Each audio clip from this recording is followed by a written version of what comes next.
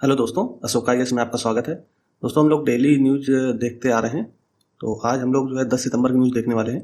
इससे पहले मैंने 9 सितंबर तक की न्यूज़ कवर कर दी है। तो जो अभ्यर्थी अभी तक न्यूज़ नहीं देख रहे हैं या नहीं देख पा रहे हैं, तो उन वीडियो को जल्दी कवर कर लीजिए। देखिए, मैंने आपको पहले ही बताया कि न्यूज़ मैं वही कवर करता हूँ जो यूपीएससी के लिए या फिर स्टेट पीसीएस के लिए महत्वपूर्ण हो। तो इसलिए जो भी अभ्यर्थी इसकी तैयारी कर रहे हैं, यूपीएससी या स्टेट पीसीएस की, तो वो इस न्यूज़ को देख सकते हैं। ठीक है। तो अब आप एक बार न्यूज़ देखिए अच्छे से और तुलना जरूर किया कीजिए दूसरी जितने भी कोचिंग वाले पढ़ाते हैं। हालांकि मैं उनके बराबर तो नहीं कहता अपने आप को, लेकिन फिर भी कंटेंट के मामले में आप कंटेंट देखोगे, हो सकता है हमारी जो पाठ पठन पाठन की जो शैली है वो हो सकता है उनसे बेहतर ना हो, लेकिन कंटेंट के मामले में मैं ये कह सकता हूँ कि जो कंटेंट हमारे पास है वो उनसे बेहतर ही मिलेगा आपको, या फिर उनके बराबर मिलेगा। तो ये चीज़ आप ध्यान रखिए, क्योंकि हमारा जो कंटेंट है उसमें विविधता बहुत है। विविधता का मतलब डाइवर्सिटी बहुत है। हम हर तरह के टॉपिक लेते हैं जो आपके यूपीएससी में महत्वपूर्ण हो जाते हैं। यूपीएससी में महत्वपूर्ण हो जाते हैं, तभी हम उन टॉपिक को लेते हैं। तो चलिए शुरू करते हैं 10 सितंबर की न्यूज़ आज। देखिए, वीडियो आने में अगर लेट हो जा रहा है तो उसका बहुत बड़ा कारण है कि मैं एनालिसिस करता हूँ चीज़ों को। जब तक एनालिसिस नहीं करता हूँ तब तक वीडियो लाने का मेरा कोई मतलब नहीं है। ऐसे में केवल वीडियो बनाने का मेरा कोई उद्देश्य नहीं है। मेरा मेन मकसद है कि हिंदी माध्यम का रिजल्ट सुधरना चाहिए, और हिंदी माध्यम का रिजल्ट सुधारने के लिए ही मैंने ये सीरीज शुरू करी है।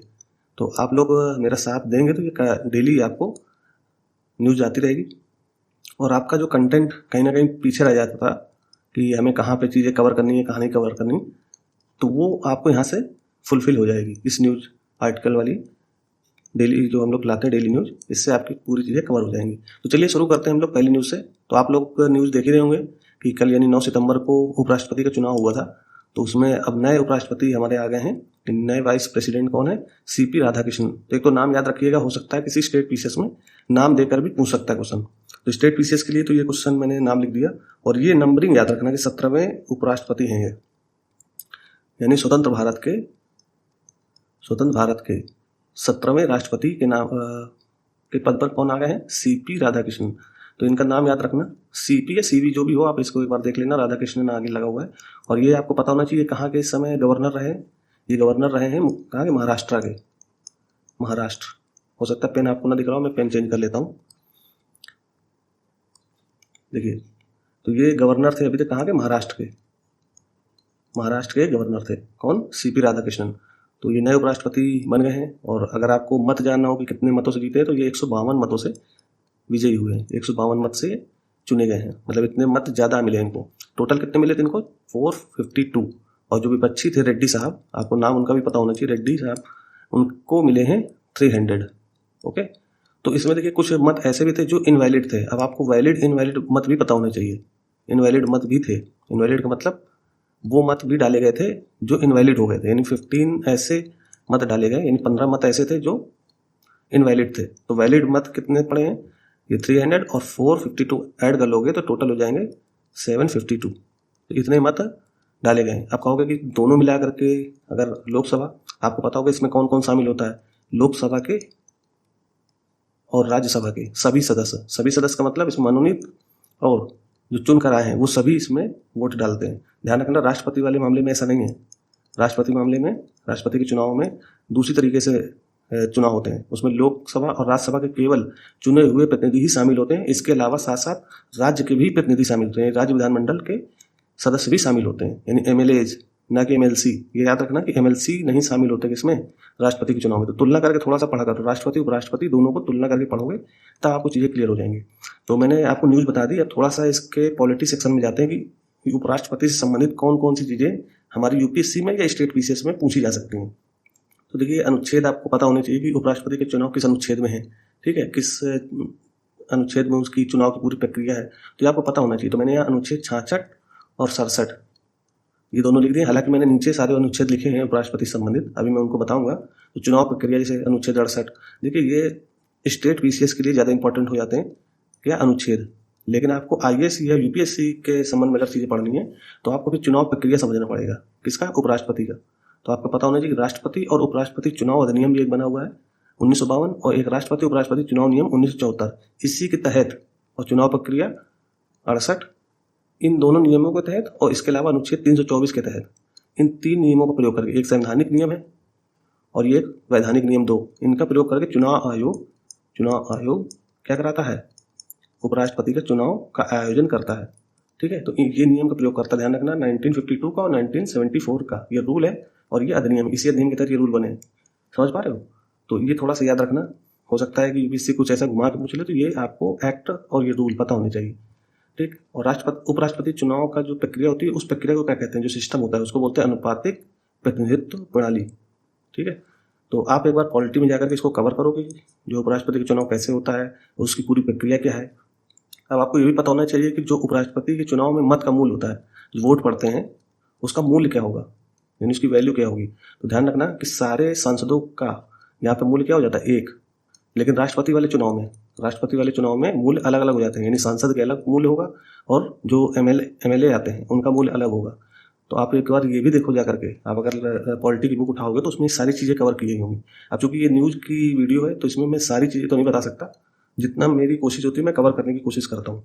चलिए मैं आपको ये भी बता देता हूँ कि मेंस में किस तरह से क्वेश्चन पूछ सकते हैं, किसमें? यूपीएससी में अगर जो है उपराष्ट्रपति से संबंधित, क्योंकि ये न्यूज़ आ गई है और इस वर्ष का सबसे ज़्यादा पॉलिटी में चर्चित विषय भी है कि उपराष्ट्रपति का चुनाव होना है, तो बहुत ज़्यादा अखबारों में भी था। और क्योंकि हिंदी बेल्ट में कुछ ज़्यादा ही इस चीज़ की चर्चा रहती है राजनीतिक रूप से, तो आपको यूपीएससी को ध्यान में रख करके क्या पढ़ना है? उपराष्ट्रपति पद का महत्व, इसके बारे में आपको जरूर पढ़ना चाहिए कि उपराष्ट्रपति पद का क्या महत्व है। दूसरा, उपराष्ट्रपति की तुलना अमेरिकी उपराष्ट्रपति से। तो ये दो चीज़ें, ये पॉइंट मैंने आपको लिख दिए मेंस के पर्सपेक्टिव से। तो आपको मेंस ध्यान रख करके ये 2 टॉपिक जरूर कवर करना चाहिए कि उपराष्ट्रपति पद का महत्व क्या है और उपराष्ट्रपति की तुलना अमेरिकी उपराष्ट्रपति से भी करना आना चाहिए। हो सकता है फ्यूचर में या 2026 के यूपीएससी इस तरह का क्वेश्चन बना सकता है उपराष्ट्रपति के संबंध में मेंस में। ध्यान रखना, क्योंकि पॉलिटी भी हमारा GS2 में है। ठीक है, तो इस तरह के आपको प्रश्न आने चाहिए। ठीक, आगे चलते हैं। देखो, एक मैंने एक सैंपल प्री के लिए लगा दिया कि अगर प्री में क्वेश्चन, ये PYQ है, ध्यान रखना PYQ आया हुआ क्वेश्चन है। बोला निम्नलिखित कथनों पर विचार कीजिए। एक बोला राज्यसभा का सभापति तथा उपसभापति उस सदन के सदस्य नहीं होते हैं। तो राज्यसभा के सभापति आपको पता होगा कि उपराष्ट्रपति यही होते हैं। उपराष्ट्रपति सभापति कौन होता है? चेयरपर्सन कौन होगा? जो उपराष्ट्रपति चुन के आए हैं यही पदेन अध्यक्ष हो जाते हैं। कहाँ के? या सभापति कहाँ के हो जाते हैं? राज्यसभा के, राज्यसभा। ठीक, और उपसभापति, ये बोला आगे पूरा कथन अगर आप पढ़ोगे तो आपको समझ में आ जाएगा कि राज्यसभा का सभापति तथा उपसभापति उस सदन के सदस्य नहीं होते हैं। तो उपराष्ट्रपति चूंकि सभापति, तो ये तो सदस्य नहीं होते हैं, लेकिन उपसभापति राज्यसभा के ही सदस्य होते हैं। तो ये कथन गलत हो जाएगा। तो इस तरह से आप कोशिश किया करो। एक कथन ये हो गया। दूसरा कथन क्या बोला? जबकि, दूसरे कथन को पढ़ते हैं, जबकि राष्ट्रपति के निर्वाचन में संसद के दोनों सदनों के मनोनीत सदस्यों को मतदान का कोई अधिकार नहीं होता। आपको पता होगा कि राष्ट्रपति के चुनाव में जो इलेक्ट होते हैं वो तो भाग लेते हैं, लेकिन जो सिलेक्ट होते हैं, सिलेक्ट का मतलब मनोनीत, किसके द्वारा? राष्ट्रपति के द्वारा। आपको पता होगा कि राज्यसभा में 12 सदस्य और जो लोकसभा में पहले 2 सदस्य एंग्लो इंडियन होते, तो वो तो अब खत्म कर दिए गए हैं, लेकिन अब ये 12 सदस्य बचे हैं राज्यसभा में। तो ये मनोनीत सदस्य किसके द्वारा? राष्ट्रपति के द्वारा। तो ये राष्ट्रपति के चुनाव में भाग नहीं लेते हैं, लेकिन उपराष्ट्रपति के चुनाव में भाग लेते हैं। तो ये आप याद रखना।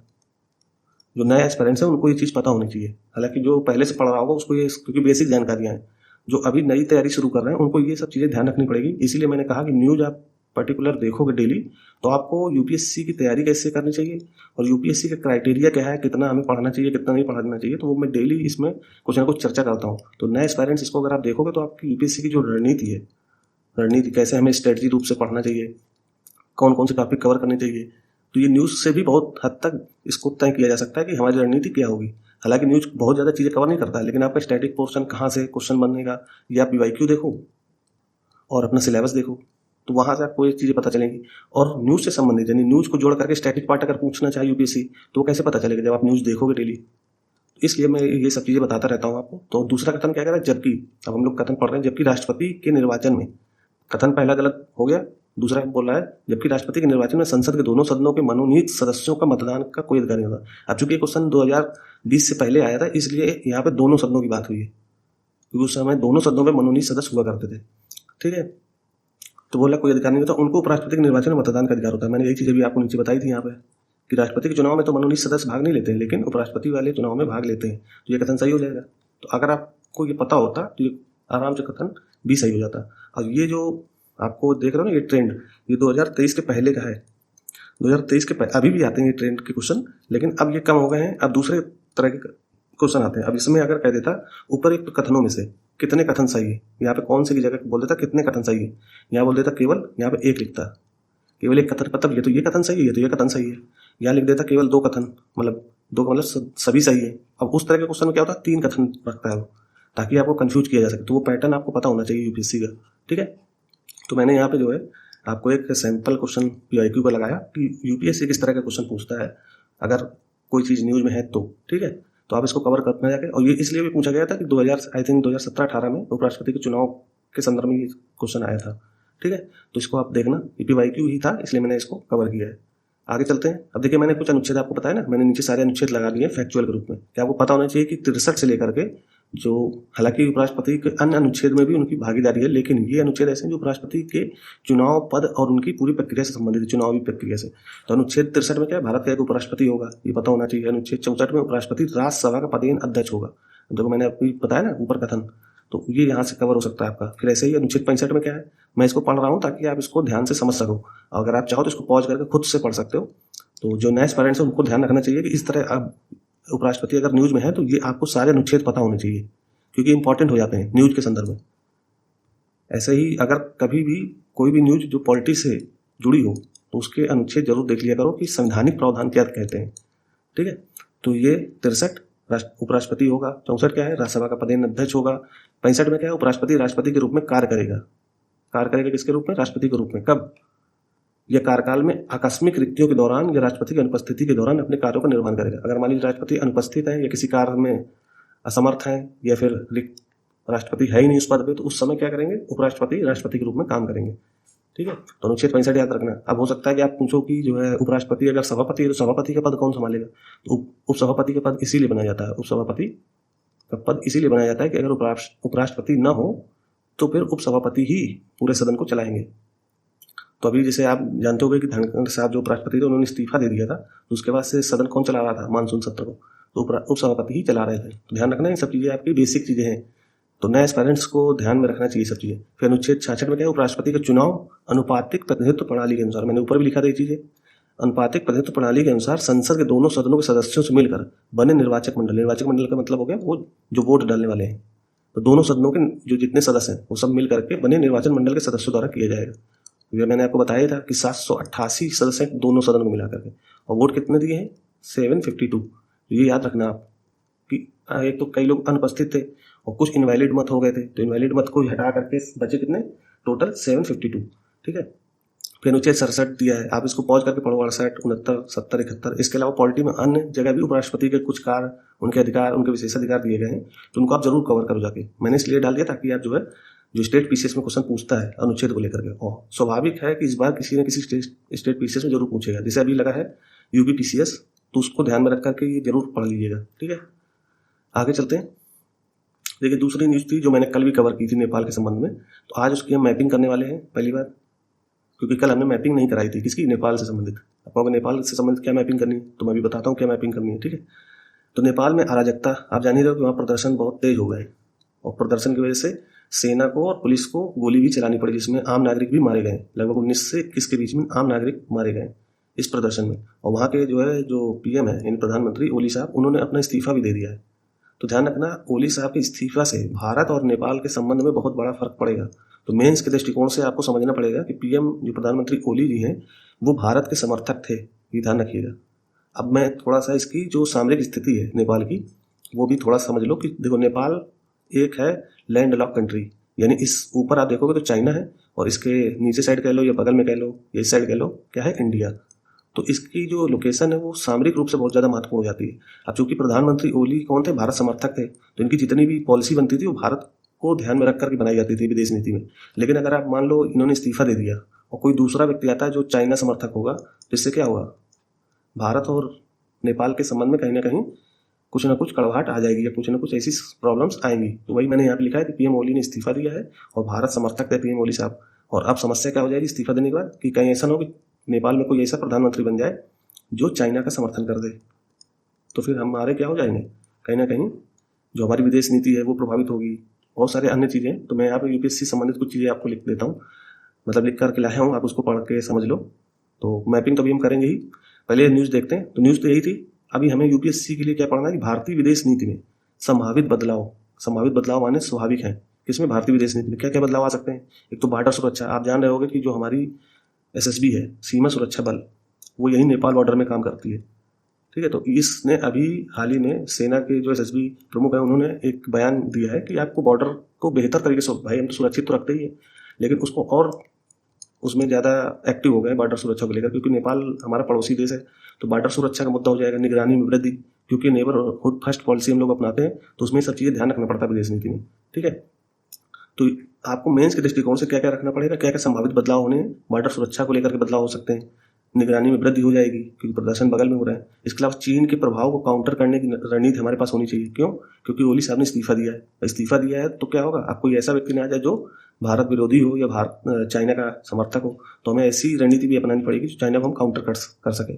इसके अलावा आर्थिक व मानवीय सहायता, अभी आपको पता होगा कि ये जो प्रदर्शन हो रहा है जिसमें 19 से 21 लोग मारे गए हैं या जिनकी मृत्यु हुई है, तो उसमें मानवीय सहायता भी हम पहुंचा रहे हैं, ताकि मतलब पहुंचाने की बात कर रहे हैं, अभी पहुंचाया नहीं क्योंकि वो उनके अपने आंतरिक मामले हैं। इसके अलावा हम नेपाल को हमेशा, जब भूकंप आया था 2014-15 में, तब हमने मानवीय सहायता बहुत ज़्यादा की थी। इसके अलावा नेपाल को हमेशा हम आर्थिक सहायता पहुंचाते हैं। तो ये हमारे किसका विदेश नीति में सॉफ्ट पावर कूटनीति यानी सॉफ्ट पावर डिप्लोमेसी की एक रणनीति होती है, जिसमें हम आर्थिक सहायता, मानवीय सहायता करते हैं किसकी, पड़ोसी देशों की, वो चाहे नेपाल हो, भूटान हो, बांग्लादेश हो, श्रीलंका हो, तो ऐसे देशों की हम क्या करते हैं, मानवीय सहायता, आर्थिक सहायता, ये सारी चीज़ें करते हैं। ठीक है, फिर क्षेत्रीय स्थिरता पर फोकस, आपको पता होगा बिम्स्टेक, सार्क इसीलिए तो बनाया गया था। ठीक है, बिम्स्टेक, अब आप इसको कमेंट करके बताओ कि क्या है। अगर आप किसी भी एस्पिरेंट्स को इसके बारे में जाना हो तो आप लोग कमेंट जरूर किया कीजिए, ताकि हमें पता चले कि आप लोग एक्टिव हैं। तो सार्क या बिम्स्टेक के बारे में अगर आपको जानकारी हो तो आप कमेंट करो, और जिसको नहीं भी हो जानकारी तो वो बता सकता है कि सर इसके बारे में वीडियो बना करके बता दीजिए अलग से। ठीक है, तो मैं सार्क बिम्स्टेक में 5-5, 10-10 मिनट की नॉर्मल वीडियो बना करके आपको जानकारी दे दूंगा। ठीक है, तो ये हमारे यूपीएससी मेंस के दृष्टिकोण से ये पॉइंट्स आपको कवर करने पड़ेंगे। क्षेत्रीय स्थिरता पर फोकस होना चाहिए, यानी सार्क जैसे बिम्स्टेक जो हमारे प्लेटफॉर्म है इन पे फोकस करेंगे, इससे नेपाल को थोड़ा सा और बढ़ावा देंगे ताकि नेपाल हमारे साथ जुड़ा रहे। ठीक है, आगे न्यूज में दोस्तों देखते हैं। अभी मैंने बताया आपको मैपिंग कराने की बात की मैंने, तो पहले मैपिंग समझ लेते हैं नेपाल की, कि नेपाल कितने भारतीय राज्यों से अपनी सीमा साझा करता है। क्योंकि भारत से इसकी सीमा तो है ही और चाइना से भी है। आप देखोगे चाइना से अपनी बॉर्डर शेयर करता है और भारत से भी अपनी बॉर्डर शेयर करता है। अब याद रखना कि भूटान से कोई बॉर्डर शेयर नहीं करता। यहाँ पे भूटान है, यहाँ सिक्किम के जस्ट राइट साइड में भूटान है, तो भूटान से नेपाल का कोई बॉर्डर साझा नहीं होता है। तो याद रखना इस चीज़ को, नेपाल केवल 2 ही देशों से अपने बॉर्डर शेयर करता है, और ये land lock country. Land lock किसको कहते हैं, इसके आसपास कोई समुद्री सीमा नहीं है, इधर भी लैंड है, इधर भी लैंड है, इधर पूरा भारत, मतलब 3 तरफ से तो भारत ही है इसके, और एक साइड से इसका चाइना का पार्ट है। तो इस चीज़ को याद रखना। ठीक है, तो अभी हम लोग जो है नेपाल और भारतीय राज्यों की सीमा के बारे में समझते हैं। ऊपर अगर आप देखोगे उत्तराखंड, ये उत्तराखंड राज्य आपको पता होगा, ये इसकी बॉर्डर सीमा है, किससे, नेपाल से साझा करता है नेपाल। फिर उत्तर प्रदेश यहाँ पे, फिर बिहार और पश्चिम बंगाल, थोड़ा सा ये आप देखोगे राइट साइड में बिल्कुल, तो पश्चिम बंगाल से भी नेपाल सीमा साझा करता है। और सिक्किम जो हमारा राज्य है उससे भी सीमा साझा करता है कौन, नेपाल। तो 5 ऐसे राज्य हैं, सिक्किम, पश्चिम बंगाल, बिहार, उत्तर प्रदेश और उत्तराखंड। तो ये तो मैपिंग हो गई, ताकि आपको पता रहे कि नेपाल कितने राज्यों से सीमा साझा करता है। ठीक है, अब आते हैं थोड़ी सी और समझते हैं कि भारत नेपाल संबंध से संबंधित कोई अगर यूपीएससी प्रश्न पूछ लेता है तो उसमें आपको कौन कौन सी चीज़ें ध्यान रखनी चाहिए। एक तो देखो काला पानी का मुद्दा, अभी मैं बताऊंगा काला पानी का मुद्दा क्या है, और लिपुलेख दर्रा का मुद्दा। तो मेंस में मैंने ये देखो प्रश्न भी डाल दिया है आपको लिए। अब ये मैं प्रश्न सोचता हूँ, कभी कभी मैं टाइप करके ले आता हूँ, कभी कभी ऐसे सामने लिख देता हूँ। तो भारत की नेबरहुड नीति, जो नेबरहुड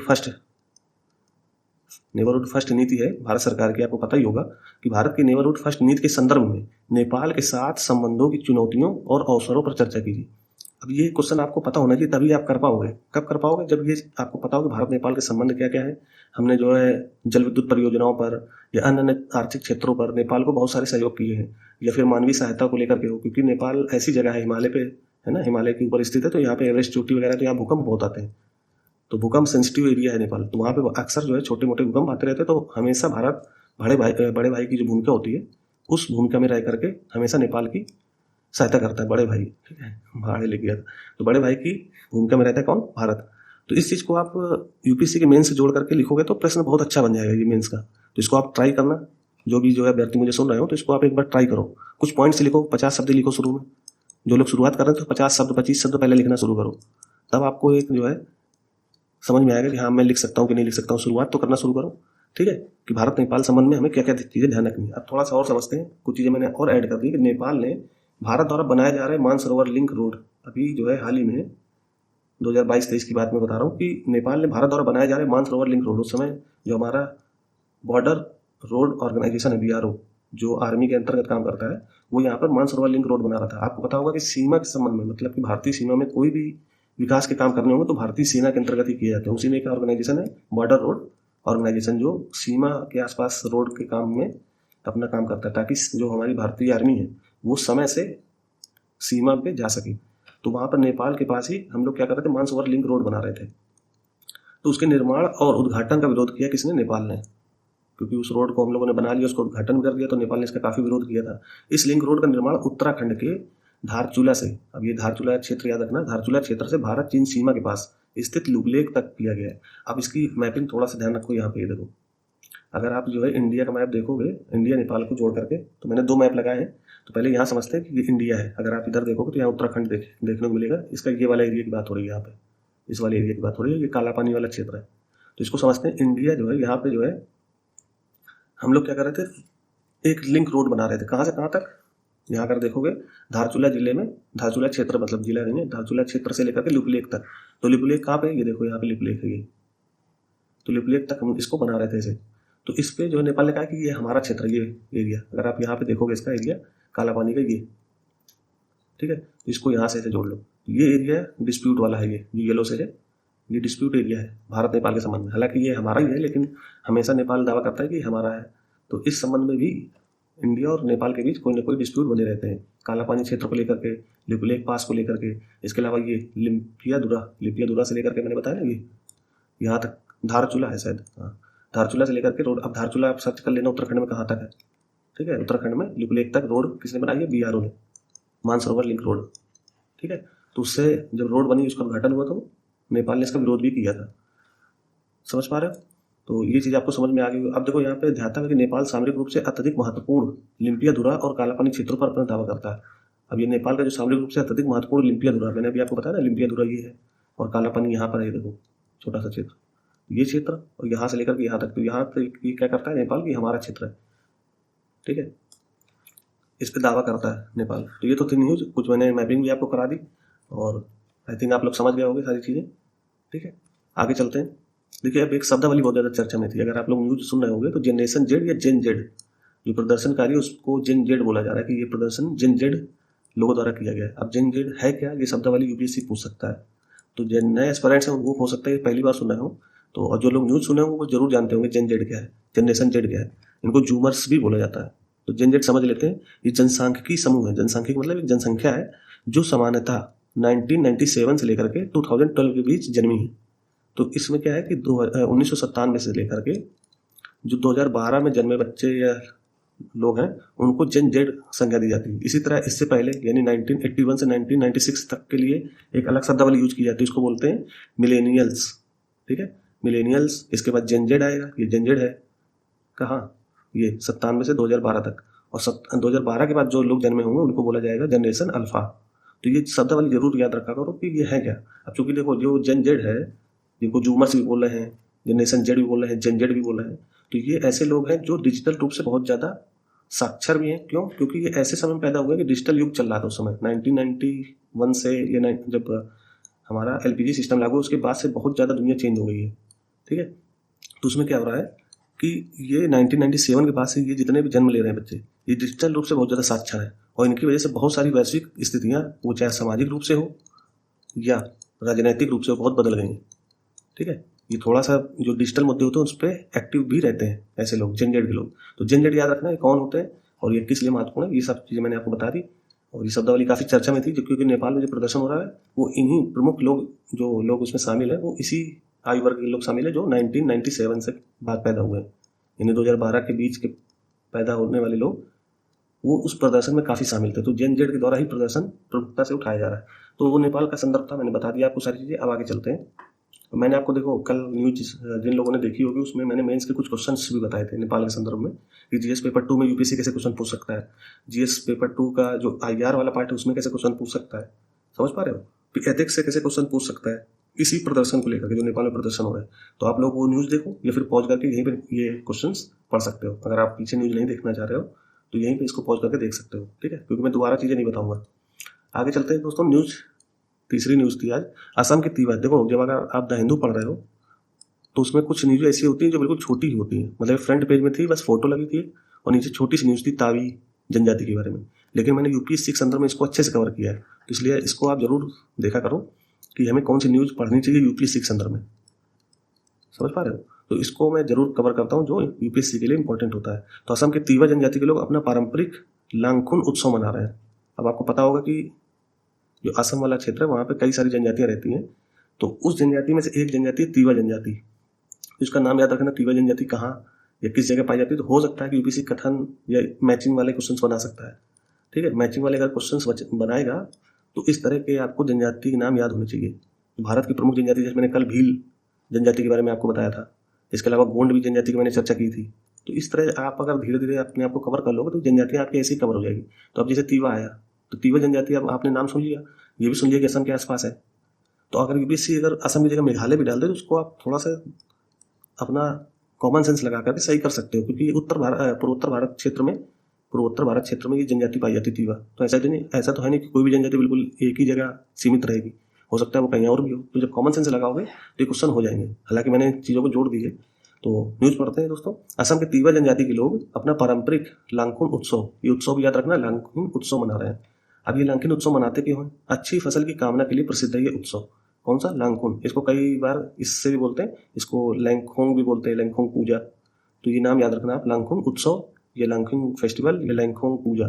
तो 3 तरह से आप इसको याद कर सकते हो, ठीक है। आगे चलते हैं। इसमें मैंने कुछ और चीज़ें जोड़ी तीवा जनजाति के बारे में। तीवा जनजाति लागुंग नाम से भी जानी जाती है, तो इसका दूसरा नाम भी आप समझ सकते हो, लागुंग। उसी लागुंग, अगर आप ये उत्सव देखोगे ये भी इसे लांगखुन उत्सव है, इसी से याद कर लो, लांगुंग इस नाम से भी जानी जाती है। और ये तीवा जनजाति किस ग्रुप से संबंधित है? तो मंगोलियाई, आप जानते होंगे मंगोलियाई, तो मंगोलियाई एथनिक ग्रुप से ये संबंधित है। कौन? तीवा जनजाति। और कहाँ कहाँ पाई जाती है? असम, मेघालय। असम, देखिए कोई चीज़ अगर आपको नहीं समझ में आती तो आप जरूर कमेंट किया करो। असम और मेघालय, असम और मेघालय में ये जनजाति, ये ट्राइब्स मुख्य रूप से पाई जाती है, मुख्य रूप से। और अरुणाचल प्रदेश तथा मणिपुर के कुछ हिस्सों में भी पाई जाती है। यानी ये जो है अरुणाचल प्रदेश में भी जनजाति रहती है और मणिपुर में भी, लेकिन यहाँ मुख्य रूप से नहीं है, मतलब ज़्यादा की संख्या में नहीं। सबसे ज़्यादा कहाँ है? मेघालय और असम में। तो ये 2 तथ्य आपको याद रहने चाहिए तीवा जनजाति के संदर्भ में, क्योंकि प्री में अगर क्वेश्चन पूछा तो आप फंस जाओगे। तीवा जनजाति अगर नहीं सुना है तो एक बार भी अगर इस न्यूज़ को देख लोगे तो ये चीज़ें आपकी कवर हो जाएंगी, क्योंकि वहाँ यूपीएससी में आपको फिर माइंड क्लिक कर जाएगा कि अच्छा हाँ मैंने ये चीज़ सुनी थी। पूर्वोत्तर राज्य से संबंधित अगर राज्य भी भूल जाओगे, ये तो याद रहेगा पूर्वोत्तर राज्य में मैंने ये चीज़ पढ़ी थी, ठीक है। तो इस तरह से आप चीज़ों को कवर करो। अब देखो तीवा जनजाति के 2 उपसमूह भी हैं, एक पहाड़ी तीवा है और एक मैदानी तीवा है। मैदानी तीवा आधुनिक रूप से बहुत ज़्यादा जो है अपने आप को, अपनी जीवन शैली को आधुनिक रूप से बहुत ज़्यादा आगे करके ले आया है, लेकिन अभी पहाड़ी तीवा भी अपनी पुरानी परंपरा में ही रह रहा है, झूम खेती करता है, बागवानी पर निर्भर है। तो ये पहाड़ी तीवा जो पहाड़ी क्षेत्र में रहते हैं, और मैदानी तीवा जो आधुनिक जीवन शैली अपनाने वाले, ठीक है। तो ये दोनों तीवा संबंधित उपसमूहों को भी नाम याद रखिएगा। हो सकता है मेंस में अगर कोई क्वेश्चन पूछता है पूर्वोत्तर भारत की जनजातीय विकास के संदर्भ में, ये जनजातियों के विकास के संदर्भ में, तो कौन कौन से उदाहरण दे सकते हो? तो ये जैसे मैदानी तीवा, इन्होंने आधुनिक जीवन शैली अपना ली है, इनके विकास के लिए भारत सरकार कौन कौन सी योजनाएं बना रही है। फिर बहुत सारे ट्राइफेड वगैरह आप लिख सकते हो। ट्राइफेड वगैरह अगर आप लोग जानते होंगे कि जो ट्राइबल्स लोग हैं उनका उत्पाद बेचने के लिए भारत सरकार ने ट्राइफेड एक जो है पोर्टल बना रखा है। तो ये सब चीज़ें आपको पता होना चाहिए, ठीक है। आगे चलते हैं। इनकी संस्कृति तिब्बती और बर्मी मूल की है। किसकी? तीवा जनजाति की। इनकी संस्कृति तिब्बती और बर्मी मूल की है, यानी इनकी जो संस्कृति है, इनका जो है कल्चर है वो तिब्बत और बर्मा यानी म्यांमार से जुड़ता है। फिर एक अन्य महोत्सव है जो इन्हीं तीवा जनजाति से संबंधित है। किससे?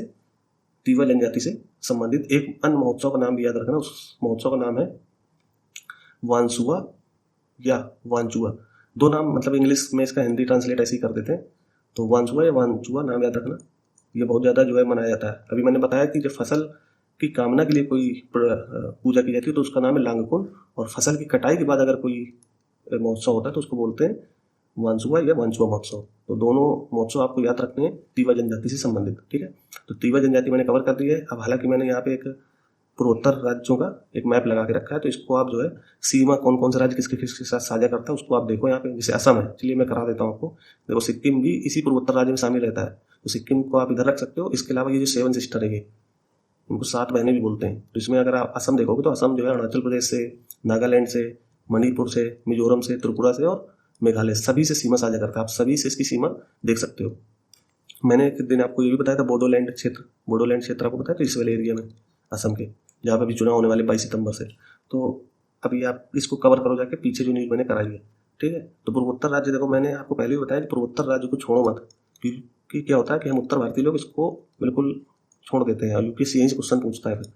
तो पूर्वोत्तर राज्यों को अच्छे से कवर करो। जैसे यहाँ पे तवांग मैंने बताया था, तवांग मठ, फिर यहाँ मैंने एक न्यूज़ कवर की थी जहाँ सबसे पहले सूर्योदय होता है, कौन सा बताया था बताओ, डोंग। तो इस तरह से आपको चीज़ें कवर करनी पड़ेंगी। इसके अलावा देखो अरुणाचल प्रदेश किससे किससे सीमा साझा करता है, समझ पा रहे हो। अगर देश की बात करें तो भूटान, इधर चाइना, इधर म्यांमार, तो 3 देशों से सीमा साझा कर रहा है। तो इस तरह से आप पढ़ोगे तब जो है आपका यूपीएससी के लिए मैप तैयार होगा, मतलब मैपिंग सारी कवर हो जाएंगी। तो भारतीय राज्य, मतलब भारतीय जितने राज्य उनको कवर कर लो मैपिंग में। इसके अलावा भारतीय राज्य के अलावा वहाँ की भौगोलिक स्थितियाँ क्या क्या है, जिसमें मैंने आपको बताया था यहाँ के पर्वत वगैरह इस जगह के, तो आप न्यूज़ देखा करो रेगुलर, तो आपको चीज़ें कवर हो जाएंगी। तो ये मैपिंग आप अपने मन से करो जा करके, ताकि आपका यूपीएससी का कुछ ना कुछ पार्ट यहाँ से कवर हो जाए, ठीक है। आगे चलते हैं दोस्तों। न्यूज़ 4 थी वार्षिक, एक जो है सर्वे हुआ है, ये सर्वे बहुत अच्छा था कि राष्ट्रीय वार्षिक महिला सुरक्षा रिपोर्ट एवं सूचकांक, ये किसने निकाला था, राष्ट्रीय महिला आयोग द्वारा ये सूचकांक, ये सर्वे किया गया था। तो ये ध्यान रखना कि जो ये सर्वे का नाम है राष्ट्रीय वार्षिक महिला सुरक्षा रिपोर्ट एवं सूचकांक, यहाँ पे देखो, यहाँ पे नेशनल और एनुअल, यहाँ पे नारी शब्द दिया है, हाँ, national annual women security report and index. ये नारी से संबंधित काफ़ी ज़्यादा चर्चा में था। तो अभी ये रिपोर्ट आई है, लेकिन आपको क्या याद रखना है कि हो सकता है कि यूपीएससी या कोई स्टेट पीसीएस इसको क्वेश्चन बना दे कि ये रिपोर्ट कौन जारी करता है, महिला एवं बाल विकास मंत्रालय। अब आप कंफ्यूज हो जाओगे, महिला एवं बाल विकास मंत्रालय निकालता है कि महिला आयोग निकालता है। अब वो दोनों चीज़ रखेगा, अगर आपने चीज़ें नहीं पढ़ी होंगी तो आप कंफ्यूज हो जाओगे। तो महिला एवं बाल विकास मंत्रालय निकालता है या महिला आयोग निकालता है, राष्ट्रीय महिला आयोग। ध्यान रखना, राष्ट्रीय महिला आयोग के द्वारा सर्वे किया गया था, किसके संबंध में, महिला सुरक्षा के संबंध में। वो ये देखना चाह रहे थे कि भारत के कौन कौन से राज्य महिला के लिए सुरक्षित राज्य हैं, या पब्लिक एरियाज कितने हैं जो महिलाओं के लिए सुरक्षित हैं। तो उसके संदर्भ में चीज़ें इस सर्वे की गई। अभी सर्वे को मैं कुछ इसके की पॉइंट्स है उसको कवर कर देता हूँ। जो मैंने यूपीएससी के लिए क्वेश्चन था वो मैंने यहाँ पे कवर कर दिया कि ये बाल विकास मंत्रालय या महिला बाल विकास मंत्रालय की रिपोर्ट नहीं है, बल्कि राष्ट्रीय महिला आयोग की रिपोर्ट है। देखिए, इस सर्वे में खराब रोशनी वाली सड़कें, असुरक्षित परिवहन, सुरक्षित सार्वजनिक स्थानों की कमी और सीमित आपातकालीन सेवाएं सहित कई अन्य महिला संबंधित चिंताओं को गंभीर बताया गया। मतलब गंभीर का मतलब ये महिलाओं के लिए बहुत ज़्यादा गंभीर विषय है। यानी जैसे अब आप देखते हो कि सड़कों में जो सार्वजनिक सड़कें हैं, जो मुख्य सड़कें जहाँ से आवागमन होता है, वहाँ पे लाइट्स नहीं है, तो महिलाओं के लिए ये एरिया सेंसिटिव हो जाता है। इसके अलावा असुरक्षित परिवहन, जो हमारे जो पब्लिक ट्रांसपोर्ट्स हैं वहाँ पे भी महिलाओं के लिए असुरक्षित व्यवस्था है। फिर सुरक्षित सार्वजनिक स्थानों की कमी। अब जैसे मान लीजिए कोई इमरजेंसी हो जाए तो रास्तों पर इमरजेंसी कोई ऐसा स्थान भी नहीं जहाँ पे कुछ महिलाओं के लिए किया जा सके। इसके अलावा सीमित आपातकालीन सेवाएं, अगर मान लो कभी कोई रोड पे कोई समस्या आ जाए या प्रेग्नेंट महिला को कोई समस्या आ जाए, तो ऐसी चीज़ें नहीं है हमारे पास कि हम इन महिलाओं को सुरक्षित तरीके से उनकी सेवा में काम कर सकें। तो ये सब सर्वे के पार्ट्स थे जिसपे बात हो रही थी, ठीक। इसके अलावा महिला सुरक्षा सूचकांक में दिल्ली 28वें स्थान पर है। अब देखो राजधानी है, अब ये राज्य संबंधी आंकड़े थे कि कौन कौन से राज्य किस किस नंबर पे हैं। अब आप देखोगे टोटल केंद्र शासित प्रदेश और राज्य मिलाकर के लगभग 35-36 राज्य हैं। तो अब उसमें 28वें स्थान पर दिल्ली आ रहा है। तो आप इससे ये देख सकते हो कि भारत की जो राजधानी है वहाँ पर महिला सुरक्षा की क्या स्थिति है। तो ये सब हमारे सामने क्या पेश कर रहे हैं, आंकड़े पेश कर रहे हैं, और एक गंभीर तरह की चुनौतियां भी पेश कर रहे हैं कि भारत में इस तरह की महिलाओं की स्थिति है तो भारत विकास कैसे करेगा। तो यही सब संदर्भ थे इस रिपोर्ट के। अगर आप मेंस में लिखना चाहो तो महिलाओं संबंधित मैंने बताया था कि GS2 में जो भारतीय समाज है, GS2 का सिलेबस अगर देखोगे तो इंडियन सोसाइटी से क्वेश्चन महिलाओं के संदर्भ में पूछे जाते हैं। महिला सशक्तिकरण, महिला सुरक्षा या महिला भागीदारी अन्य क्षेत्रों में, तो उनके संदर्भ में क्वेश्चन पूछेगा। तो आप जो चुनौतियां पूछ लेता है कि क्या क्या चुनौतियां आज भी विद्यमान है भारतीय समाज में, तो ये सब लिख सकते हो आप, ठीक है। इसलिए मैंने कवर किया था मेंस के दृष्टिकोण से न्यूज। तो आप समझ गए होंगे रिपोर्ट कि महिला राष्ट्रीय महिला आयोग निकालता है, ना कि महिला बाल विकास मंत्रालय। ध्यान रखना इस चीज़ का कि महिला आयोग अलग है। अब आप एक चीज़ कमेंट करो कि राष्ट्रीय महिला आयोग संवैधानिक है या फिर वैधानिक है या असंवैधानिक, ये आप कमेंट करके बताओ कि राष्ट्रीय महिला आयोग अगर संवैधानिक है तो किस आर्टिकल में है, और वैधानिक है तो किस अधिनियम के तहत ये बनाया गया था। इसको आप कमेंट करके बताओ। अगली न्यूज पे चलते हैं। भारत के CJI ने 5 न्यायाधीशों वाली राष्ट्रपति संदर्भ पीठ। अभी आपको पता होगा कि राज्यपाल कई सारे विषय जो राज्य के होते हैं वो राष्ट्रपति को संदर्भित कर देता है। तो उसी के संदर्भ में एक 5 जजों की पीठ बनी थी जिसको बोल रहे थे प्रेसिडेंशियल रेफरेंस बेंच। तो उसकी अध्यक्षता कौन कर रहे थे, हमारे मुख्य न्यायाधीश CJI BR गवई साहब, ठीक है। तो भारत की सीबीआई ने 5 न्यायाधीशों वाली राष्ट्रपति संदर्भ पीठ यानी प्रेसिडेंशियल रेफरेंस बेंच की अध्यक्षता करते हुए कहा कि राज्यपालों को, जो हमारे गवर्नर्स हैं, उनको राज्य सरकारों के सच्चे मार्गदर्शक यानी अच्छे गाइडर के रूप में और दार्शनिक के रूप में कार्य करना चाहिए। यानी उनको एक तरीके से मार्गदर्शन दो किसको, राज्य सरकार को, ना कि उनके आप विरोधी बनो। कई बार होता है ना कि जैसे मान लो केंद्र में किसी अन्य दल की सरकार है केंद्र में, और राज्यों में किसी दूसरे दल की सरकार है, तो केंद्र ही राज्यपालों की नियुक्ति करता है। तो जो राज्यपाल होते हैं वो केंद्र के संदर्भ में इन राज्यों की कोई भी बात सुनते नहीं, इनके विरोध में रहते हैं। जैसे केरल का मामला हो गया, आप देखते हो तमिलनाडु का, तो यहाँ पे जो है विपक्षी दल की सरकार है, तमिलनाडु के पंजाब, इन पे क्या है कि दूसरे दलों की सरकार है। तो यहाँ के जो राज्यपाल हैं वो राज्य के साथ तालमेल बैठा करके काम नहीं करते। उसी के संदर्भ में कई बार न्यूज में आया भी है कि राज्यपालों को 3 महीने के अंदर विधेयकों पर साइन करना चाहिए। ऐसा कई बार हमारे सुप्रीम कोर्ट ने बोला भी है। तो ये टिप्पणी अभी सीबीआई के द्वारा की गई है। और दूसरा, राज्यपाल और राज्य सरकार के बीच सहयोगात्मक संबंध होने चाहिए, सहयोग की तरीके से काम करना चाहिए, आपस में सहयोग करें, और मेन फोकस होना चाहिए राज्य का विकास, उस पर काम करना चाहिए। ठीक है। तो अब ये मैंने पॉइंट ये सब मेंस के दृष्टिकोण से बता देता हूँ, ताकि आप जब भी राज्यपाल या फिर केंद्र राज्य संबंध के संबंध में ये सब चीज़ें पढ़ो तो ये पॉइंट्स आपको याद रहें। ठीक है, आगे चलते हैं। आई थिंक इसमें इतनी थी बात। तो राज्यपाल का आप देखो, एक मेंस का प्रश्न भी सर करा चुके हैं आपको। अगर आप PYQ रेगुलर देख रहे हो, जो हमारी एक सीरीज चल रही है मेंस की PYQ सीरीज, जिसमें हम जो PYQ की डेली एक क्वेश्चन कराते हैं, तो अभी उसमें डे 10 तक क्वेश्चन शायद हो गए हैं, डे 10 या डे 11 तक।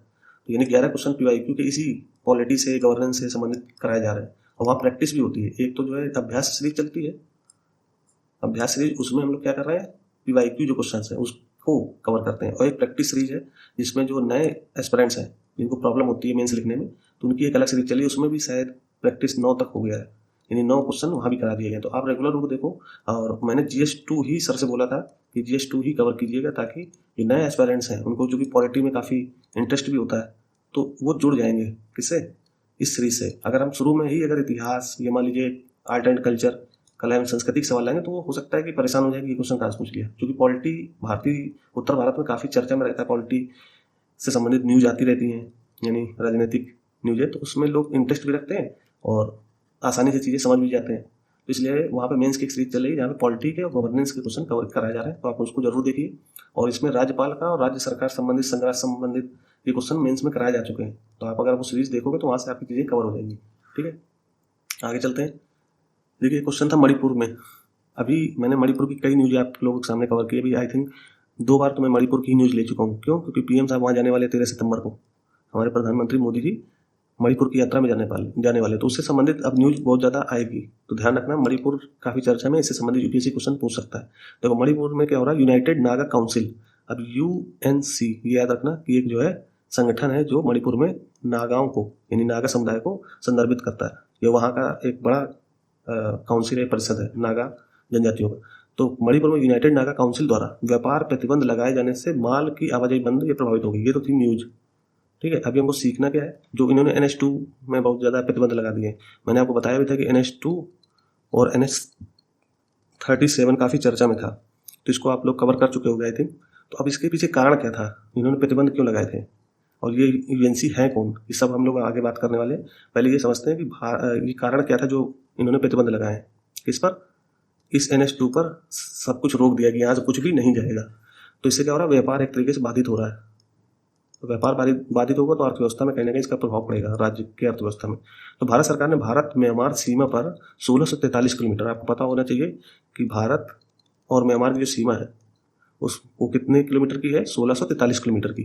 तो 1643 किलोमीटर लंबी फेंसिंग यानी बाड़ लगाने का फैसला लिया। हालांकि कुछ जगहों पे बाड़ पहले लगी थी, जैसे मान लो ये बॉर्डर एरिया है, इधर भारत है और इधर म्यांमार है, तो इनके बीच में फेंसिंग तो आप जानते होंगे, बाड़ लगाना, ये कह सकते हो जो तार बांधते हैं ना आर्मी के द्वारा, तो वो इन्होंने फैसला किया भारत सरकार ने कि हम यहाँ भी फेंसिंग करेंगे। तो इसके संदर्भ में नागा लोगों को दिक्कत हो गई। वो पूरी न्यूज़ समझेंगे तभी आप समझ पाओगे क्या चीज़ थी। ठीक है, तो ये देखते हैं कि साथ ही सरकार ने फ्री मूवमेंट रेजिम यानी FMR को खत्म करने का फैसला भी किया है। अब ये भी समझेंगे कि फ्री मूवमेंट रेजिम क्या है। तो पहले ये समझते हैं कि भारत सरकार ने भारत म्यांमार सीमा पर जो ये फेंसिंग लगाई है, इससे नागाओं को क्या दिक्कत हो रही है। तो जो नागा समुदाय के लोग हैं, नागा समुदाय के लोग जो है भारत के अलावा उनकी कुछ रिश्तेदारी या उनके कुछ फैमिलीज म्यांमार साइड भी रहते हैं यहाँ पे, इधर बॉर्डर एरिया पे। तो भारत सरकार ने कुछ छूट दे रखी थी पहले कि अगर आप बॉर्डर एरिया में रहते हैं तो 10 किलोमीटर इधर यानी म्यांमार साइड, और म्यांमार के लोग 10 किलोमीटर अंदर भारत में आवाजाही कर सकते हैं बिना किसी वीज़ा के। तो ये पहले से व्यवस्था थी। अब चूंकि फेंसिंग कर रहे हैं तो फेंसिंग से क्या होगा, यहाँ पे सारी चीज़ें रुक जाएंगी, यानी आवागमन बंद हो जाएगा। तो नागा लोग कह रहे हैं कि ये आवागमन बंद हो जाएगा तो हमारे जो रिश्तेदार हैं उनसे हमारा संबंध टूट जाएगा। तो इस तरह की जो है न्यूज़ थी। और ये फ्री मूवमेंट क्या था, प्रूवमेंट रिजीम यानी FMR क्या है, वही चीज़ है, आने जाने फ्री मतलब बिना वीज़ा के आना जाना। कहाँ तक, 10 किलोमीटर तक। मैंने यहाँ लिखा भी है FMR क्या है। ये नियम भारत म्यांमार सीमा पर रहने वाले लोगों को 10 किलोमीटर तक बिना पासपोर्ट या वीज़ा के आने जाने की छूट देता है। तो FMR याद रखना, फ्री मूवमेंट रिजीम। UPSC का कथन हो सकता है, UPSC इसी तरह के कथन पकड़ता है, तब आप जो कन्फ्यूज हो जाते हो कि FMR क्या था, मैंने पढ़ाई नहीं, मैंने समझा नहीं, फिर आप UPSC को ब्लेम भी करते हो कि आउट ऑफ सिलेबस पूछ लिया, क्योंकि वो उसने बोल रखा है कि हम समसामयिक विषयों पर क्वेश्चन बना सकते हैं। तो ये न्यूज़ में था ये FMR, तो आपको कवर करना चाहिए। अब इसके अलावा देखो, भारत की आंतरिक सुरक्षा से जुड़ी चुनौतियां और उनका प्रबंधन सिलेबस में हमारे, अगर आप GS पेपर 3 देखोगे, GS पेपर 3, तो उसमें आंतरिक सुरक्षा से संबंधित 3-4 पॉइंट दिए हैं। और आपको ये भी बता दूं कि UPSC प्रतिवर्ष मेंस में 3 से 4 क्वेश्चन आंतरिक सुरक्षा से पूछ रहा है, यानी इसकी वैल्यू कितनी है, लगभग 50 मार्क्स, 50 नंबरों की वैल्यू रखता है आंतरिक सुरक्षा। तो याद रखना, इस तरह के क्वेश्चन अगर आपने छोड़ रखे हैं तो आपका आंतरिक सुरक्षा से संबंधित क्वेश्चन यहीं पे फिर गड़बड़ हो जाएगा। अब इससे संबंधित अगर मेन से क्वेश्चन आएगा तो आप ये, अगर प्री मूवमेंट रिजीम समझ लो, FMR समझ लो, आंतरिक सुरक्षा को लेकर के भारत सरकार ने जो फेंसिंग व्यवस्था करी है म्यांमार और भारत की सीमा पर, तो वो सब चीज़ें अगर आपको समझ में आ गई तो ये क्वेश्चन फिर हो जाते हैं आसानी से। ठीक है। इसके अलावा देखिए, UNC का विरोध, मैंने अभी 2-3 दिन पहले आपको एक संचालन का निलंबन समझौता बताया था कि भारत का गृह मंत्रालय और वहाँ का जो कुकी जो समुदाय है, कुकी कहाँ का, मणिपुर का, कुकी जो समुदाय के बीच एक समझौता हुआ था, संचालन का निलंबन, यानी सस्पेंशन, निलंबन का मतलब सस्पेंशन ऑफ ऑपरेशन, संचालन मतलब ऑपरेशन। इसका एक समझौता हुआ था, इसको समझौता बोल रहे थे। और UNC जो मैंने अभी बताया, ये या देखो यूनाइटेड नागा काउंसिल, इन दोनों के समझौता इन कैसे जुड़े हुए हैं आपस में, क्योंकि ये UNC अभी हुआ है और ये समझौता भी 3-4 दिन पहले हुआ था। तो इसको समझते हैं क्या चीज़ है। देखो, UNC जो नागा संगठनों का प्रतिनिधित्व करते हैं, आपको पता ही होगा कि जो नागा समुदाय है उनका संगठन का प्रतिनिधित्व करता है ये UNC। ठीक है। उनको लगता है, किनको, UNC को लगता है कि भारत म्यांमार सीमा पर यानी फेंसिंग और FMR यानी फ्री मूवमेंट रिजीम को हटना नागा समाज की जातीय एकता तोड़ेगा। मतलब अगर बाड़ लगा दिया जाए और ये फ्री मूवमेंट रोक दिया जाए तो इससे क्या होगा, नागा समाज, मैंने बताया कि नागा समाज के लोग म्यांमार में भी इनकी फैमिलीज रहती हैं, तो नागा समाज की जातीय एकता को तोड़ेगा, ऐसा ये मान रहे हैं। कौन, UNC यानी नागा, ये इसका नाम याद रख लीजिएगा, यूनाइटेड नागा काउंसिल। तो यूनाइटेड नागा काउंसिल को लगता है कि भारत सरकार इस तरह की व्यवस्था कर रही है तो इससे क्या होगा कि हमारा जो समाज है वो उसकी एकता टूट जाएगी, ऐसा ये मानते हैं। फिर दूसरी तरफ सरकार कुकी जो संगठनों के साथ सू बढ़ाकर, यानी सू का मतलब समझौता बढ़ाकर कुकी समुदाय को मान्यता और सुरक्षा दे रही है, ऐसा ये लोग मान रहे हैं, नागा लोग, कि इनके साथ समझौता कर रही है भारत सरकार, और हमारे साथ क्या कर रही है कि बाढ़ लगा रही है और वहाँ पर फ्री मूवमेंट बंद कर रही है। तो इस तरीके से इनके क्या हो रहे हैं, विरोध हो रहे हैं। फिर नागा संगठनों को डर भी है, क्या डर है कि कुकी समुदाय के उग्रवादी समूहों को फायदा मिल रहा है। यानी जो कुकी समुदाय के लोग थे जो इन्होंने समझौता किया, संचालन निलंबन समझौता, वो उग्रवादी लोग तो थे, तो उनके साथ जो समझौता हुआ है उसमें नागा लोगों को लगता है कि इससे फायदा मिलेगा कुकी समुदाय को, जबकि नागा समाज की सांस्कृतिक और अंतर्राष्ट्रीय यानी सीमा पार पहचान पर चोट हो रही है। जब फेंसिंग होगी, यहाँ पर फ्री मूवमेंट बंद होगा, तो नागा समुदाय को ये सब सारी चीज़ें को प्रॉब्लम होंगी। उनका कहने का मतलब है, अगर कुकी समुदाय के साथ आप समझौता कर रहे हो तो हमारे साथ भी समझौता करो ताकि हम अपने समाज के लोगों से जुड़ सकें। तो ये तो आंतरिक सुरक्षा से जुड़ा संबंध वो था। इसमें अभी देखते हैं कुछ और भी न्यूज़ थी शायद। हाँ, ये भी समझ लो कि एक तरफ सरकार कुकी उग्रवादी संगठनों से शांति के लिए समझौता कर रही है, ये ध्यान रखना कि एक तरफ क्या कर रही है, सरकार कुकी उग्रवादी संगठनों से समझौता कर रही शांति के लिए, दूसरी तरफ नागा संगठनों को लगता है कि उनकी चिंताओं को नज़रअंदाज किया जा रहा है, जैसे FMR और सीमा बाढ़ का मुद्दा। मैंने आपको पूरा विश्लेषण बता ही दिया है। फिर इसका असर यह है कि मणिपुर की जातीय राजनीति और ज़्यादा जटिल होगी। अब आप अगर मणिपुर से संबंधित कोई क्वेश्चन आएगा तो ये 2 संगठन अगर आपको पता है, एक तो कुकी जो का विद्रोही उग्रवादी संगठन, कुकी जो समुदाय का उग्रवादी संगठन, और दूसरा UNC यानी यूनाइटेड नागा काउंसिल। इन दोनों संगठनों को अगर आप मेंस के उत्तर में लिख दोगे, मणिपुर से संबंधित कोई अगर पूछ ले कि मणिपुर में अगर शांति समझौता या मणिपुर में शांति के संदर्भ में क्या क्या किया जाना चाहिए, तो इस तरह से आप प्रश्न में ये समुदाय आप अगर याद रखोगे, ये संगठन याद रखोगे, तो आपके मेंस के उत्तर की प्रासंगिकता बढ़ जाती है, फिर आपके नंबर अच्छे मिलते हैं। समझ पा रहे हो? तो ये सब चीज़ें ध्यान रखिए। कुकी जो समूह सरकार के साथ मेज पर है, जो कुकी जो समुदाय है वो सरकार के साथ है, और नागा समूह अब आंदोलन और गैर सहयोग की राह पर है। ये सब चीज़ें न्यूज़ पे थी, इसलिए मैंने चीज़ों को कवर कर दिया। आगे चलते हैं। देखिए, न्यूज जो 7 थी, केंद्र ने पहली स्वदेशी मलेरिया वैक्सीन बनाने के लिए 5 कंपनियों को लाइसेंस दिए। अभी आपको पता होगा कि मलेरिया का वैक्सीन अभी तक नहीं बना है, और मलेरिया सबसे मतलब कि एक तरह की समस्या पैदा करता है कब? मानसून के समय, क्योंकि उस समय जो है मच्छर बहुत ज़्यादा पैदा हो जाते हैं, जिससे फिर मलेरिया वगैरह फैलता है। तो भारत के संदर्भ में मलेरिया के कुछ आंकड़े हैं, उनको आप देख लीजिए। भारत में प्रमुख जन स्वास्थ्य समस्याओं में मलेरिया भी शामिल है।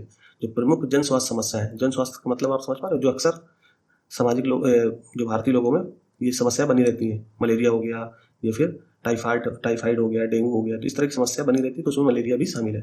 कुछ आंकड़े दिए, वैश्विक मलेरिया के मामलों का 1.4%, यानी 1.4% भारत में ही है। यानी कुल मामले जितने आते हैं पूरे विश्व में, यानी अगर 1000 मामले पूरे विश्व में हैं तो उसमें से 14 मामले किसके हैं?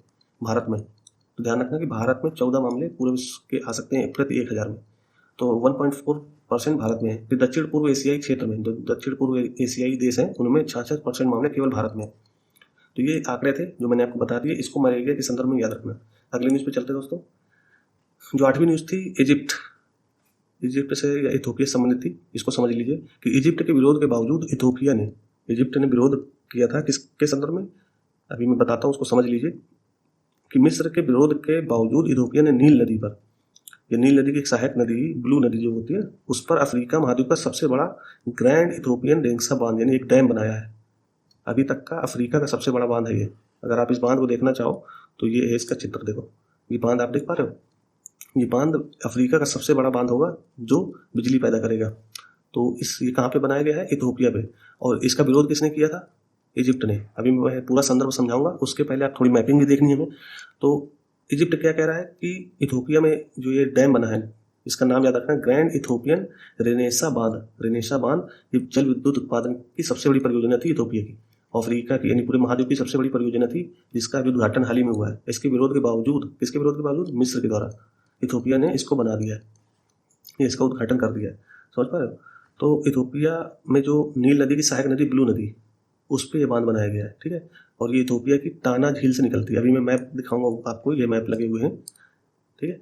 तो ये पहले न्यूज़ समझ लेते हैं, तब आपको ये चीज़ें समझ में आएगी कि मिस्र ने इतना विरोध किया तब भी इथोपिया ने ये जल विद्युत परियोजना पूरी की है। तो अभी हम लोग पहले समझते हैं यहाँ पे कि कौन कौन से देश हैं। इजिप्ट और इथोपिया देखो यहाँ पे है, ठीक है, और इजिप्ट ये है। अब इतनी दूर देश है, इनका आपस में क्या संबंध है? तो आप देखोगे यहाँ पे एक नील नदी जो भूमध्य सागर में, राइट ऊपर से यहाँ देखो, यहाँ पे इस जगह पे है विक्टोरिया झील। यहाँ से नील नदी निकल करके ऐसे होते हुए ये जाती है भूमध्य सागर तक, और इसी में सहायक नदी भी मिलती है। तो ये मैप यहाँ पे मैं कवर करता हूँ, उसको आप समझ पा रहे होंगे कि लेक विक्टोरिया कहाँ पे है? युगांडा के पास। मतलब इसकी 3 देशों से सीमा है। अब आप कमेंट करके बताओ कि यहाँ पे कौन सा देश है? सर विक्टोरिया जो झील है उसके आसपास के देश के आप नाम कमेंट करो। तो विक्टोरिया झील से नील नदी निकलती है और भूमध्य सागर की तरफ जाती है। तो इसमें बीच में एक रिवर और जोड़ती है जिसको बोलते हैं ब्लू नील, ये ब्लू कह सकते हो, नीली नदी जो नील नदी की सहायक नदी है, और ये इथोपिया के पास से जोड़ती है। इसी रिवर पर ये बांध बनाया गया है। और ये निकलती कहाँ से? ब्लू नील रिवर, लेक टाना। इसको आप इधर देखो, इस साइड लेफ्ट साइड मैंने इसको बड़े उसमें दिखाया, इथोपिया है ये। तो लेक टाना ये है, यहाँ से निकलती है ये ब्लू नाइल। इसी पे क्या बनाया गया है? ये बांध बनाया गया है इथोपिया के द्वारा। और विरोध किसने किया है? क्योंकि इसके पानी काफ़ी होता है इस ब्लू नील रिवर पे, और इस सहायक नदी है नील रिवर की। तो इजिप्ट के कई सारे प्रोजेक्ट, यानी मिस्र के कई सारे प्रोजेक्ट, ये कई सारी सिंचाई व्यवस्था इसी नील नदी पर निर्भर है। और आपको पता भी होगा कि आलू की खेती यही मिस्र पर सबसे ज़्यादा होती है। तो इन्होंने विरोध किया है कि हमारे जो एग्रीकल्चर से संबंधित पानी की जरूरतें होंगी वो कम हो जाएंगी इस बांध के कारण। इन्होंने विरोध भी बहुत सारा किया है इस नदी पे बांध बनाने को लेकर के। तो ये याद रखना कि लेक टाना से ब्लू रिवर निकलती है, ब्लू नील रिवर, और नील की सहायक नदी है जो राइट साइड से मिलती है। अब आप कमेंट करके बताओ नील नदी से कितनी सहायक नदियाँ जुड़ती हैं, ठीक है। तो ये तो था चित्र बांध का, आप समझ गए होंगे। थोड़ी सी आप यहाँ मैपिंग देख लेते हैं कि कौन कौन सा देश नील नदी को कवर करता है। तो अगर आप यहाँ से देखोगे, इस जगह से मैं पेन चेंज करके बताता हूँ आपको। अगर आप ये देख रहे होगे, तो यहाँ पे है लेक विक्टोरिया, और यहाँ पे जो देश है वो है यहाँ पे युगांडा। और युगांडा से आप ऊपर जाओगे तो ये साउथ सूडान से ऊपर जाओगे तो सूडान, ठीक है। इसमें नील नदी डायरेक्ट नहीं मिलती। अगर आप ये वाला चित्र देखोगे तो यहाँ पे नील नदी इथोपिया से डायरेक्ट नहीं बहती। इसकी सहायक नदी जो ब्लू रिवर है वो इस रिवर पे जुड़ती है। तो इथोपिया नील नदी पे नहीं बल्कि ब्लू नाइल रिवर के भाग पे आता है, ठीक है। तो ये मैप आप देखो कि यहाँ पे सूडान हो गया, सूडान से इजिप्ट होते हुए ये भूमध्य सागर पर गिरती है। यहाँ के देश आप याद रखना, इजिप्ट, सूडान, साउथ सूडान, फिर यहाँ युगांडा, यानी 4 देशों से होकर बहने वाली नील रिवर है, ठीक है। तो आप लोग ये चीज़ें समझ गए होंगे। बाकी यहाँ सोमालिया है, इथोपिया है, इरिट्रिया है, या जिबूती मैंने कल बताया था, ये सारी चीज़ें मैंने कल कवर की हैं, या रेड सी भी कवर की थी। ठीक है, आगे चलते हैं। देखिए, एक न्यूज़ बहुत अच्छी थी, हालांकि समय बहुत ज़्यादा हो रहा है, फिर भी मैं तेज़ी से इसको कवर कर लेता हूँ, है तो बहुत इंपॉर्टेंट ये। ठीक है, चलिए कवर कर लेते हैं। हो सकता है जो है आपके यूपीएससी में इसी संबंधित क्वेश्चन पूछ ले। चीन ने दुर्लभ मृदा पर कब्जा जमाया। अब ये न्यूज़ थी, अगर आप लोग द हिंदू का ओपिनियन पेज नंबर 7 देखोगे, ओपिनियन जो होता है ना, तो उसमें इस तरह की न्यूज़ होती हैं। और आज इंपॉर्टेंट न्यूज़ थी, इसलिए मैंने इसको कवर कर लिया है। चीन ने दुर्लभ मृदा यानी रेयर अर्थ एलिमेंट्स होते हैं ना, इनको बोलते हैं रेयर एलिमेंट या रेयर अर्थ एलिमेंट्स। तो रेयर अर्थ एलिमेंट्स पर कब्जा जमाया है और वैश्विक बाजार पर भी कब्जा जमाया है। आपको पता होगा कि पूरे विश्व में इसकी बहुत ज़्यादा मांग हो गई है। किसकी? रेयर अर्थ एलिमेंट्स की। और ये काम क्या आते हैं? ऑटोमोबाइल क्षेत्र में, यानी या तो आपका मोबाइल हो, या आपका कंप्यूटर हो, या आपका ऑटोमोबाइल यानी कार बनाने की कंपनी हो, वो सब जगह इस रेयर अर्थ का यूज होता है, रेयर अर्थ एलिमेंट्स का। तो इसको पहले समझेंगे। पहले चाइना से संबंधित न्यूज़ देखते हैं कि चीन दुनिया का सबसे बड़ा दुर्लभ मृदा उत्पादक है। याद रखना कि सबसे बड़ा प्रोडक्शन कौन करता है? रेयर अर्थ एलिमेंट्स का चीन, जो वैश्विक उत्पादन में 60% से अधिक का योगदान देता है। ठीक है, तो इतना याद रखना कि 50% से भी ज़्यादा उत्पादन चीन अकेले कर रहा है। किस पे? रेयर अर्थ एलिमेंट्स पे। अब ये रेयर अर्थ एलिमेंट्स है क्या, यानी दुर्लभ मृदा तत्व है क्या, इसको समझते हैं। देखिए, अंतर्राष्ट्रीय ऊर्जा एजेंसी के अनुसार रेयर अर्थ एलिमेंट के अंतर्गत 17 धातुएं शामिल है। तो ये आपको पता होना चाहिए कि 17 धातुएं शामिल है किस पे? इस रेयर अर्थ एलिमेंट्स के तौर पे, जिन्हें आमतौर पर हल्के दुर्लभ मृदा तत्व और भारी दुर्लभ मृदा तत्व में वर्गीकृत किया जाता है। यानी अगर आप देखोगे, ये जो री है यानी रेयर अर्थ एलिमेंट्स, इनको दो पार्ट में विभाजित कीजिए, एक तो लाइट, एक हैवी। ठीक है, तो जो हल्के तत्व होते हैं और एक हैवी तत्व होते हैं, तो उसी में संदर्भित किया जाता है। तो कुछ तत्व हल्के होते हैं, जो यहाँ पे लिखे हुए मैंने लिख दिए हैं कि 17 धातुओं में जो हल्के तत्व हैं, जैसे लैंथेनम, सीरियम। अब आप कहोगे ये सारे याद करने हैं, तो याद नहीं करने, केवल एक आप जो है नज़र डालो, ये रेयर अर्थ होते हैं। ठीक है, इसके अलावा जो भारी तत्व होते हैं वो भी मैंने लिख दिए हैं। और इसी में एक तत्व होता है जिसको बोलते हैं प्रोमेथियम। इसका नाम याद रखना, प्रोमेथियम का। ये रेडियो एक्टिव तत्व है। ये 17 में शामिल जरूर है, लेकिन इसका यूज जो है रेडियो एक्टिव तत्व के रूप में होता है। तो इसको थोड़ा सा और डिटेल में समझते हैं कि दुर्लभ मृदा तत्व क्या होते हैं। दुर्लभ मृदा तत्व 17 धात्विक तत्वों का एक समूह है, जिनमें स्कैंडियम और येट्रियम, अभी मैं आपको बताऊंगा ये क्या है, स्कैंडियम और येट्रियम, और 15 लैंथेनाइट्स शामिल है। यानी ये 2 तत्व हैं और ये 15 जो है लैंथेनाइट्स शामिल है। ठीक है, तो लैंथेनाइट्स के बारे में मैंने यहाँ पे लिखा हुआ है, पहले समझते हैं। ये आधुनिक तकनीक जैसे कि सेलफोन यानी मोबाइल, कंप्यूटर, इलेक्ट्रिक वाहन और स्वच्छ ऊर्जा प्रौद्योगिकी के लिए महत्वपूर्ण है। ये रेयर अर्थ एलिमेंट्स बहुत ज़्यादा महत्वपूर्ण है और आज पूरे विश्व में इसकी बहुत ज़्यादा मांग है। और चीन इस पर कब्जा करके रखा हुआ है और बहुत सारे प्रतिबंध लगा के रखा है कि वो भारत को नहीं देंगे। तो ये ध्यान रखना कि इस न्यूज़ में पूरी चीज़ें कवर की गई थी। इन तत्वों का नाम दुर्लभ इसलिए पड़ा है क्योंकि ये बड़ी सांद्रता में एस्को के रूप में नहीं पाए जाते हैं। मतलब इनकी जैसे मान लो कोई एस्क निकाला तो उसमें छोटा सा पार्ट इनका जो है मौजूद होगा उस एस्क में। जैसे लो एस्क निकाला तो उसमें छोटा सा पार्ट होगा। ध्यान रखना ये मृदा में ही होते हैं, यानी मिट्टी में। तो ये छोटे छोटे तत्व निकाले जाते हैं प्रौद्योगिकी या तकनीकी के द्वारा। हालांकि ये पृथ्वी की पपड़ी में प्रचुर मात्रा में मौजूद है। मतलब जो पृथ्वी है हमारी, उसमें जो पपड़ी है यानी क्रस्ट वाला एरिया, उसी में ये मौजूद होते हैं रेयर अर्थ एलिमेंट्स। तो यूपीएससी के लिए आप याद रखना, रेयर अर्थ एलिमेंट्स कहाँ पाए जाते हैं? पृथ्वी की पपड़ी पर। हो सकता है पूछ ले कि पृथ्वी के मेंटल पर या नीचे पाया जाता है, ऐसा कुछ कथन रख देगा, तो आप थोड़ा सा ध्यान रखिएगा इस चीज़ों को। ठीक है, इसके अलावा लैंथेनाइट्स क्या है? लैंथेनाइट्स आधुनिक आवर्त सारणी में लैंथेनम के बाद 58 से 71 परमाणु क्रमांक तक दुर्लभ मृदा तत्व होते हैं, जो एफ ब्लॉक के अंतर्गत आते हैं। अब थोड़ा सा यहाँ पे देख लोगे, आवर्त सारणी ये दी हुई है, तो ये एफ ब्लॉक है। ये नीचे आप अगर आवर्त सारणी जिन लोगों ने देखी होगी, साइंस साइड के बच्चे तो 11th-12th में आराम से चीज़ों को पढ़ते हैं। तो इसमें यही 57, 58 ये परमाणु क्रमांक दिए ना, एटॉमिक नंबर। तो यहाँ 57 से लेकर के अगर आप देख पा रहे हो तो 57, यहाँ अगर एफ ब्लॉक देखो, आवर्त सारणी आप देखोगे जाके तो नीचे अलग से दी जाती है एफ ब्लॉक। यहाँ पे भी एक ब्लॉक है ये, तो एफ ब्लॉक इसको कहते हैं। तो एफ ब्लॉक में 15 तत्व शामिल है, 15 ये। ठीक है, और 2 तत्व यहाँ पे, एक जो मैंने बताया ना स्कैंडियम, येट्रियम, तो ये 2 तत्व 21वां यानी एटॉमिक नंबर 21 और एटॉमिक नंबर 39, ये 2 तत्व ये हैं और 15 तत्व यहाँ हैं। कहाँ से? 57 से लेकर के 71 तक। तो ये तत्व आप देख लेना एक बार, और उसके नाम मैंने ऊपर लिखे ही हैं। साथ में मैंने ये भी बताया था कि इसमें एक जो है ये 61, जिसका नाम है प्रोट्रियम, यानी यहाँ पे आप देखो 61 एटॉमिक नंबर है, उस वो रेडियो एक्टिव तत्व है। तो उसको रेयर अर्थ एलिमेंट में लिया तो जाता है, लेकिन उसका यूज कोई नहीं है। मतलब उसको हम लोग जो है मोबाइल फ़ोन में यूज नहीं कर पाते हैं। तो यही तत्व हैं जो चाइना अपनी तकनीकी से बहुत ज़्यादा इसका उत्पादन कर रहा है, और पूरे विश्व में इसी उत्पादन को लेकर के, इसी रेयर अर्थ एलिमेंट को लेकर के वो हर जगह अपनी भूमिका निभाता रहता है। तो ये न्यूज़ें थी दोस्तों, आई थिंक आप ये समझ गए होंगे। और काफ़ी चीज़ें मैं कवर करता हूँ इसलिए टाइम हो जाता है, तो आप इनको जरूर देखा कीजिए। ताकि आप समझ पाओ कि कैसे न्यूज़ पढ़ना है और क्या क्या चीज़ें कवर करना है। ठीक है, आज यहीं रखते हैं। धन्यवाद।